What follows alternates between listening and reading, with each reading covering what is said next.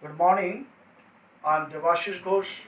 On behalf of St. Clyde School Missile, going to conduct the home tutorial during this COVID-19 lockdown. Although the school has instructed to give some home tutorials so that the students can learn.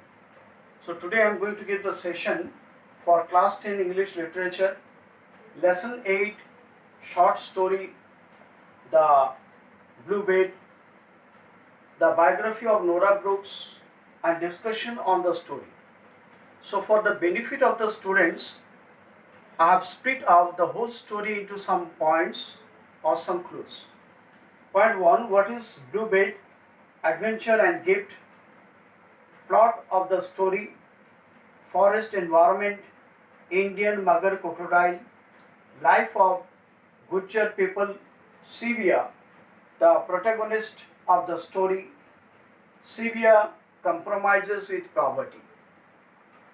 Scene in Gujjar market, Sivia's daily routine. Sivia lost in daydream, woman in clutch of mugger crocodile. Sivia's encounter with the crocodile, Blue Bed, the god's reward. So these are the points on which I am going to discuss.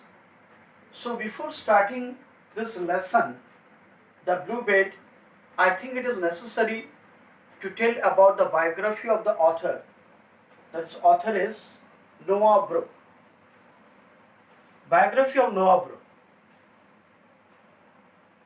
Noah Brooke was a popular novelist and short story writer of modern Britain.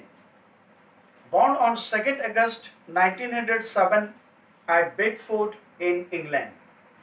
Her father was Redmond George Brooke, who was a forest officer with Imperial Forest Service. He got his posting in India for 14 years. Her mother, Lucy Brooke, was a village school teacher who used to teach the tribal children. She did her senior Cambridge from Devonshire High School in England.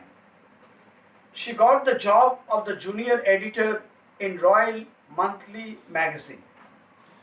In 1930, she came to India with her parents. Her father was a forest officer. They lived near the dense forest by the foothill of Himalayas. It was a broad opportunity for Nora to study nature, wrote stories about jungle life. She was a romantic as well as trouble writer. Her romantic book were Mary England, Nancy Matthews, My Dream Come True, Wedding Ring. Her trouble books were The Jungle Days, Midnight Forest, Tigers in India, The Blue Bed. So these are her famous books. She married Henry Matthews, who was a lawyer in Cockfield Court in Warwickshire. They had two sons, Timothy Matthews and Humphrey Matthews. In 1958, she wrote the stories for the Canadian TV serial. That means she was connected with the film world also, Canadian movie world. She died on 1st March 1976 by black fever at Suffolk in United Kingdom. So this is all about the biography of the authoress Nora Brooke. Now let me discuss about the chapter, lesson 8, short stories, The Blue Bed. So I have given you some points on which I am going to discuss so that it is easy for you to understand the lesson. Blue Bed is an oceanic light blue colored precious gems. Actually, how this blue bed came to the black water or the shallow water of Gujarat, it is not known. But actually blue bed is an oceanic which is found in ocean. Oceanic light blue colored precious gemstone. The story circle around the adventure of Sivya, the protagonist of the story, and her God reward of a blue bed. She used to think that is a reward by God. Nora Brooke wrote the story in 1553 and she chose the Gusar village of Gujarat, vast forest by the foothill of Himalayas. The plot opened in a semi hillside village inhabited by the jungles and the tribal people, with rocky rivers and the jungle long alongside. Many rivers flow through the jungles. Rivers are shallow with 4 feet of water with number of rocks here and there.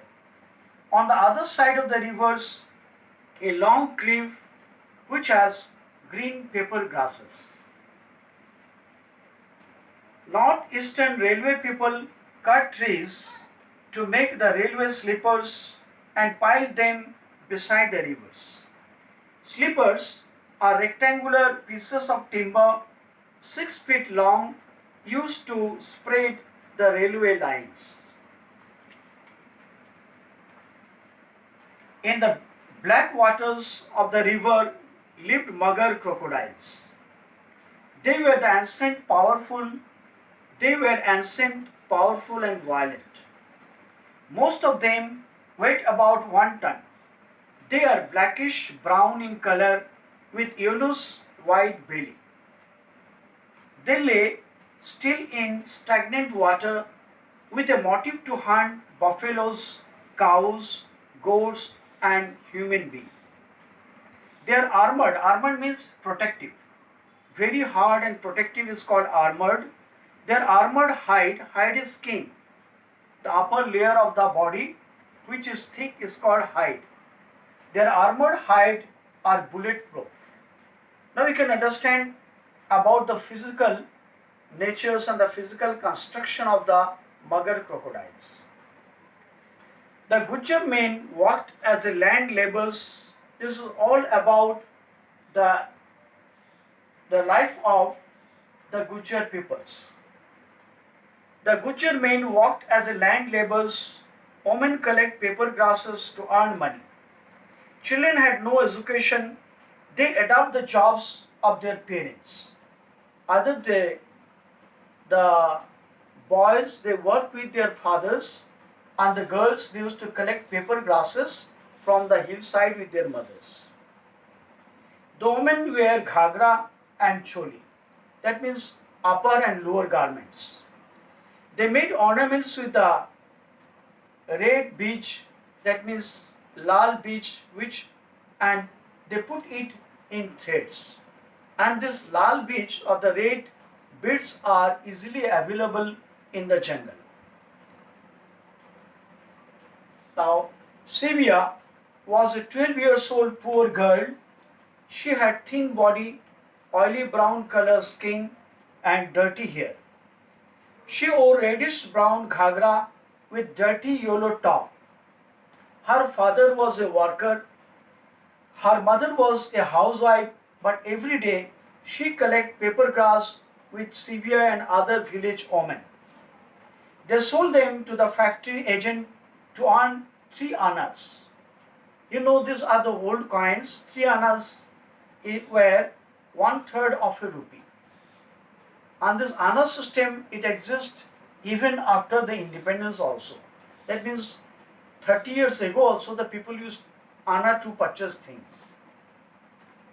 Sivya was matured than her age. She was called a little woman. She gladly accepted her poverty. She was fearless since she was born and bred in forest. She never owned any ornaments.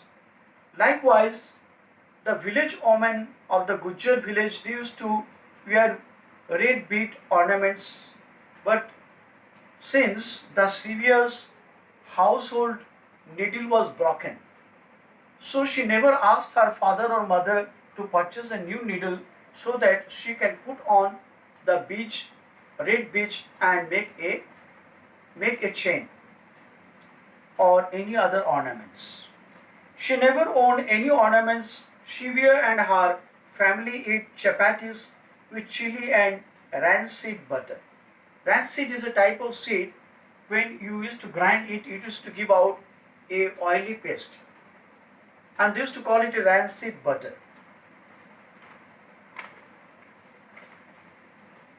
During one tribal festival, Shivya went to the market. There she saw millings people, those who used to grind wheat, rice, pulses, and turmeric.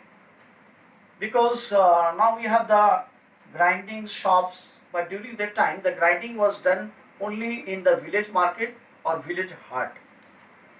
Flies were buzzing on the sweet meat. Aged peoples were doing the idle gossip. They were drinking teas or chewing betel leaves. Men and women were bargaining goods. Roads were dusty and rocky. So it is all about the village market and the habit of the people. On the incident day, that means the day when the incident took place, Sivya went out in the morning with her mothers and village women to cut paper grass. They were equipped with hay fork and sickle.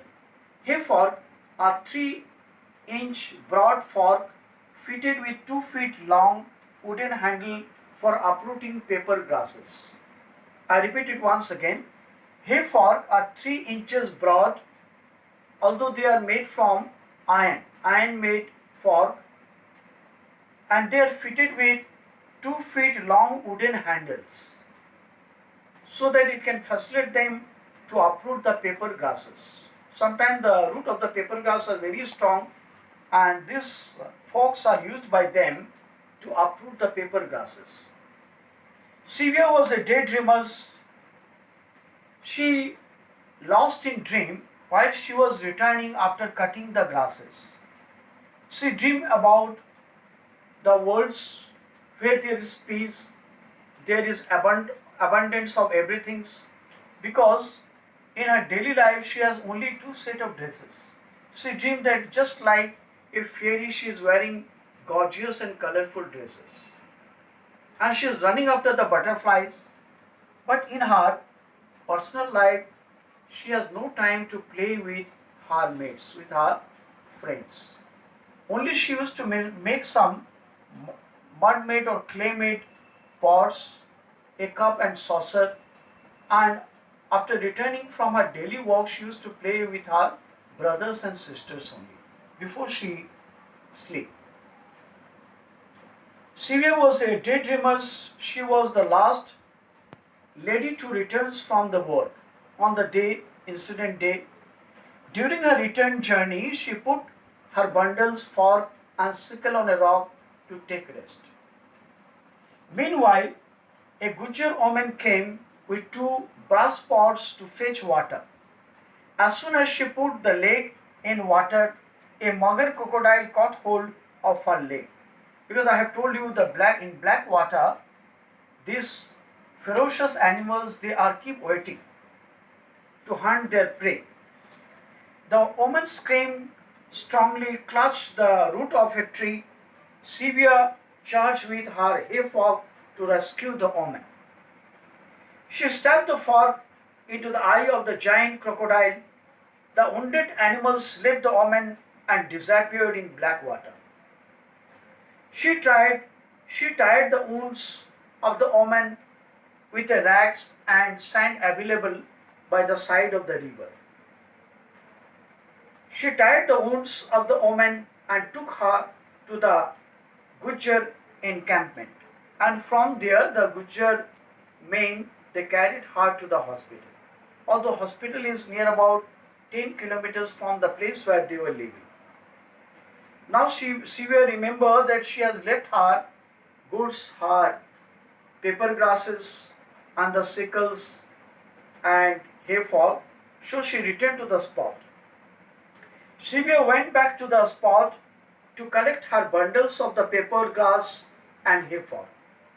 She bent down in the water to pick up her fall. Fortunately, she found a blue bait. On the way home, she met the mothers and told about the blue bait. She hid the incident about her encounters with a murder crocodile because we can guess that these girls, the women, those who are living in the wild, those who are living in the jungles, they are very, very fearless. So, encounters with a crocodile is a daily act of the women and the children. And I have told you, Sylvia was a brave child, and moreover, she was a mature child. So, she disclosed to her mother that I have got a blue bait and it is a reward from God, and which she is going to put as a locket in her red beach necklace. But she didn't tell her mother about the adventure. And this is all about the story. And